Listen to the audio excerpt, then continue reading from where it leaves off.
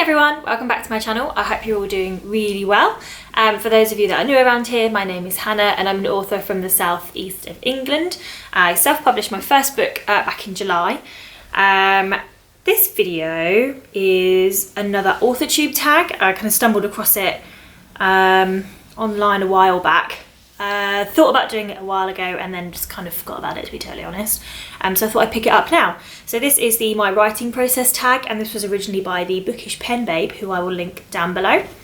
So the first question is, what genres do you write? For those of you who have seen my videos before or who follow me on Facebook, I think it's quite clear I write thriller and horror novels. I pretty much stick to those two, though I guess there are elements of other things that come in, but largely it is thriller and horror. Number 2 is, what setting gets you the most productive?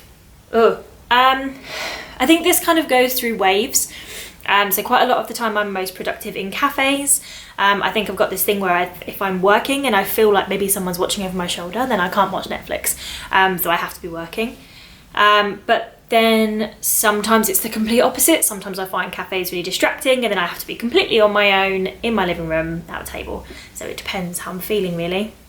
Number 3 is, if you have multiple story ideas, how do you go about picking which one to start on first? So this is a bit of a weird one. I think I only learnt this really recently. So I quite often have a few like really small ideas floating around, and then maybe there's a bit of a bigger one that keeps bugging me. And it's always whichever one wins out, essentially. I don't feel like I have a lot of choice over what ideas I work on. It's whichever one is loudest in my head is the one I work on. And actually I've been watching some masterclass videos recently, and I've watched the one from Shonda Rhimes. She is an incredible writer, obviously for screen, but I think a lot of it crosses over. And she was saying that in this situation, if she had lots of ideas, she writes the sticky idea. So good ideas to her are sticky, and that's essentially if the idea just keeps bugging you and basically gives you no choice but to write it, that's the one you should be working on. And I think I didn't have it in those words before, but that's essentially what I do. If that idea is big enough to bug me all the time, then I work on it.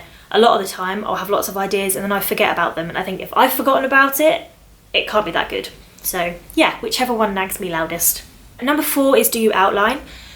I do now. I never used to. I was quite bad at outlining. I really didn't like planning, but then it made editing really hard because you were retrospectively trying to cram your words into some kind of layout and some kind of structure. So now I do, but I don't do it like per chapter or anything. I do it by beat, so it's quite a loose structure, but there is a structure there. Number 5, do you start your first draft with pen and paper, typewriter, or computer? Typewriter, God, definitely not typewriter.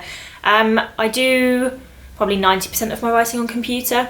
I do write ideas and things down on paper. I think there's something about like pen and ink that just kind of, when you're at that idea stage, it's quite nice to have like big diagrams and stuff, but largely I'll just stick to laptop. Number 6, what do you do to get through writer's block? I don't think I do, to be honest. I think I'm pretty bad at writer's block, so if I get it, I kind of just write it out and just think it will pass eventually, and it does. But I know that I probably should write through it. I know the kind of general thinking is that if you just kind of make yourself write something every day, even if it's rubbish, you will eventually get out of it. So yeah, touch wood, I haven't had to deal with it too much yet, but yeah, when I do, I will definitely let you know. Number 7 is, do you format your project from the beginning or worry about that later? Well, first novel, I worried about it later and it was a real headache. So yeah, going forward, I will definitely structure things early on. As for format, actually, I think this question means more like, is your work in proper chapters and is it in like a certain typeface and stuff? No, I don't care about that. No, not at all. That can wait until the very end. Number 8 is, do you edit as you go or when you're finished with the first draft? Again, with my first piece that I wrote, I definitely edited as I went along, and it made the process very long and quite arduous and quite tricky. Now I'm of the mindset where I would rather get the total word count on paper, put it to rest, and then come back to it. So yeah, I've kind of swapped what I do. Number 9, after finishing your manuscript, how long do you give it a break before you start going back over it? Or do you give it a break at all? It's hard to say how long I give it generally, because I've only ever done it once. So for number 47, I wrote the whole thing, kind of edited a little bit as I went, and then I put it down for maybe 6 weeks. Yeah, it was about 6 weeks, though I think the editing process for me was very slow, because it was the first time I did it. So this time round I would probably leave it about 4 weeks and then crack on with it. Number 10, is there something that you prefer to do to get you through writing, i.e. playing music, TV, having a favourite food or drink? Yeah, I get that everyone has tough days writing, and then a lot of the time, especially like the filler scenes, like the scenes that aren't necessarily action-packed, that have to be in the novel and they serve a purpose, but they're harder to write because maybe they're not quite as fun. So I guess for those sorts of scenes, just tea. Normally just tea. Though I do find music quite inspiring, but I quite like atmospheric, probably with no lyrics, or else I'll just end up singing along. And I quite like editing to like white noise, because it just blocks out everything. Yeah, but the idea of finding something to get me through writing, I don't think I've really been in that situation, so touch wood, I'll just stick my headphones in, get some tea. Number 11, do you schedule your writing sessions? No, but I should, and I will. I don't schedule enough, and I'm not organised enough, so I kind of just write whenever the kind of feeling takes me, which has worked for me up until now, but now I want to be a bit more productive and make more use of my time, so I definitely need to schedule. Number 12 is, do you have word count or chapter goals for your writing sessions? No, again, kind of goes hand in hand with the planning, I think. Before I just kind of wrote whenever I felt like it, and then I just wrote however much managed to come out when I was writing. So yeah, I think I probably will, especially doing Nano. I will definitely have the word count as a goal, but that will be quite a new thing for me. Number 13, are there any quirky things you do to make your projects more fun? I don't know really, I don't think so. I think I've mentioned this in a few videos before, that at the idea stage of whatever I'm writing, a lot of my ideas come from people watching, so I guess that's quite quirky, but I do know quite a few people do that. But I do quite like writing in cafes and outside, or in slightly weird places. It kind of inspires like different emotions. Number 14, do you work on multiple projects at one time? No, I don't. Yeah, I definitely prefer just focusing on one thing. Again, whichever idea is the loudest or the stickiest, that's what I'll work on. Number 15, how often do you research what you're writing? For number 47, I didn't research a great deal. I researched some stuff about trauma and sort of injury kind of stuff. Facebook's really good for that, actually. There's quite a few different groups on there. There's a trauma fiction group, which is really helpful for that. So you can ask questions on there and then chat to like anaesthetists and paramedics and things, and that's really, really helpful. For my current WIP, which is called One Road In, I've done quite a bit more research, but it's all historical, so yeah, it's all about like lore and folklore essentially. So yeah, quite a bit of research. Number 16, how do you organise your projects? I kind of don't, to be totally honest. I guess where I just work on one thing at a time, I just kind of write it, and then it's in a file on my laptop, I suppose. So I guess yeah, things are in files, but that's about it. I don't really organise it in any special way. Number 17, do you reward or punish yourself for achieving or missing out on writing goals? Oh, I don't like the wording of this one. Look, we're all human, so if you miss a goal, then I don't think it's really worth punishing yourself over it. But then again, if you set yourself a goal and you really want to hit it, then you'll do all you can to hit it. So I think if you are doing all you can to hit it, then there's no sense in punishing yourself, if that makes sense. Yeah.